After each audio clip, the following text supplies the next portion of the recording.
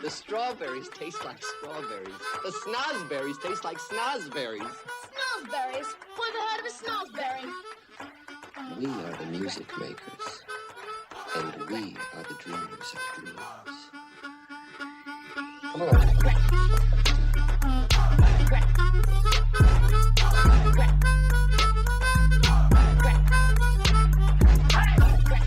This is the Music Makers Podcast, where I read things out loud to you and then offer my unqualified opinions on them.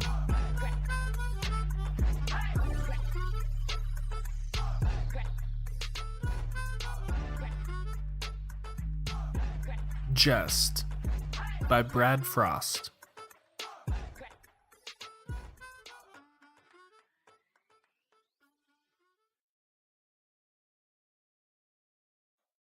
I feel like an idiot while doing my job. A lot. Now there's a damn good chance I am actually an idiot, but the self-respecting part of me wants to challenge that notion.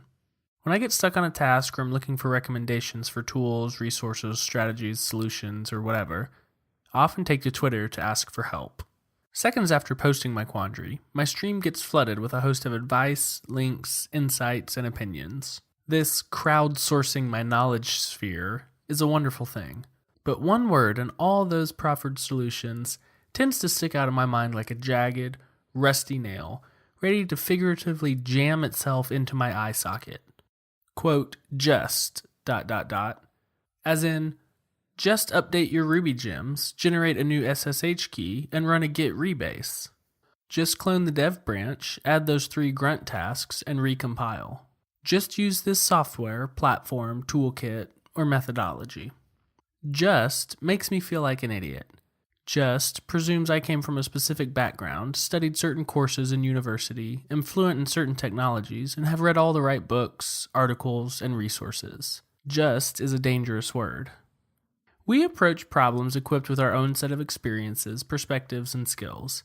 It's extremely challenging to step outside of our own perspective when communicating with others, but it's increasingly essential to do so. The amount of knowledge available in our field, or any field really, is growing larger, more complex, and more segmented all the time. That everyone has downloaded the same fundamental knowledge on any topic is becoming less and less probable.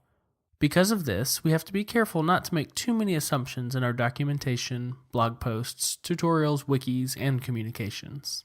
Imagine yourself explaining a particular task to an earlier version of yourself. Once upon a time, you didn't know what you know now. Provide context. The beauty of hypertext is that we're able to quickly add much-needed context, helpful for noobs, but easy enough for those already in the know to scan over. And making documentation more human-readable benefits everyone. I don't envy those just entering the field of web development. In addition to learning fundamentals, there's an expectation to be proficient in an increasingly exhausting laundry list of buzzwords and technologies. I'm 7 years into my career and still feel like I'm on chapter 1 of the big book of web design. So think twice before suggesting someone just insert any task here. You might make them feel like an idiot.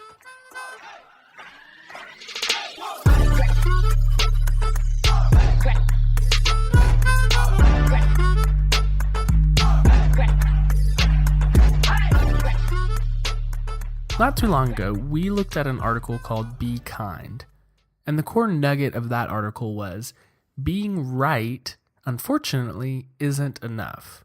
You have to take other people into consideration. You have to actually be kind. If you're right all the time, but you're also rude all the time, it doesn't matter. You're going to lose. People aren't going to want to work with you. It doesn't matter how right you are if you make people feel stupid all the time. This article here is a great way to try to put some of that kindness into action. One of the things that you can do to try to be kind is to eliminate this word just when you're answering somebody's question. The word just makes this presupposition about the person's knowledge, that they know the thing you're about to say, they just didn't think of it themselves. When one of your coworkers or even somebody that works for you comes to you with a spreadsheet question, and let's face it, who doesn't have spreadsheet questions? That's basically what all office workers do nowadays, work with spreadsheets. When they come to you with a spreadsheet question and your immediate answer is, hey, just use a pivot table, how do you think they're going to feel if they don't know what a pivot table is? Do you think they're going to be really excited about asking you what a pivot table is? Do you think they're going to feel like that's a safe question to ask? What's a pivot table? When you told them, just use a pivot table, as if everyone in the world knows what a pivot table is. No, they're not going to want to ask you that because you said, just do that. Which makes it sound like everyone knows to use pivot tables. I can't believe you didn't know that. It's going to be super hard for them to turn around and say, oh, great, I will just do that. Can you tell me what that even means? There's a great webcomic called XKCD, and he draws these great stick figures and graphs, and they're actually pretty hysterical. One of their comics is called 10,000, and the art isn't important here, so I'll just read it for you. The first panel says, I try not to make fun of people for admitting they don't know things, because for each thing that, quote, everyone knows, by the time they're adults, every day there are, on average, 10,000 people in the US hearing about it for the first time. If you say that 0% of people have heard about it at birth, which makes sense, and we'll say 100% of people have heard about it by the age of 30, and the US birth rate is 4 million a year, then the number of people hearing about it for the first time is 10,000 people per day. So if everyone hears about it by age 30, then on average, 10,000 people per day are hearing about this thing that everyone knows. The second panel says this. If I make fun of people, I train them not to tell me when they have these moments, and I miss out on the fun. And then there are these two stick figures talking. The first person says, Diet Coke and Mentos, what's that? Second person responds, oh man, come on, we're going to the grocery store. First person says, why? The second person says, you're one of today's lucky 10,000. Everyone learns something for the first time. You didn't always know what pivot tables were.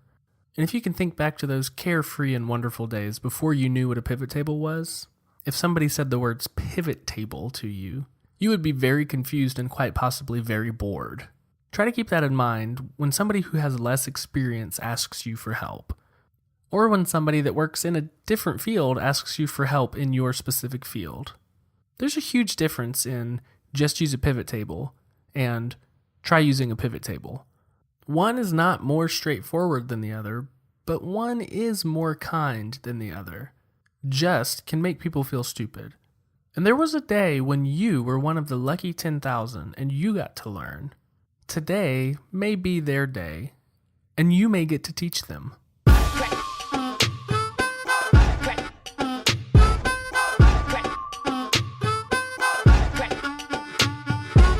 The Music Makers is released every Monday at 9 a.m. Central. You can find show notes online at musicmakers.fm, or please send me an email and tell me what you think. Aaron@musicmakers.fm. I would love to hear from you.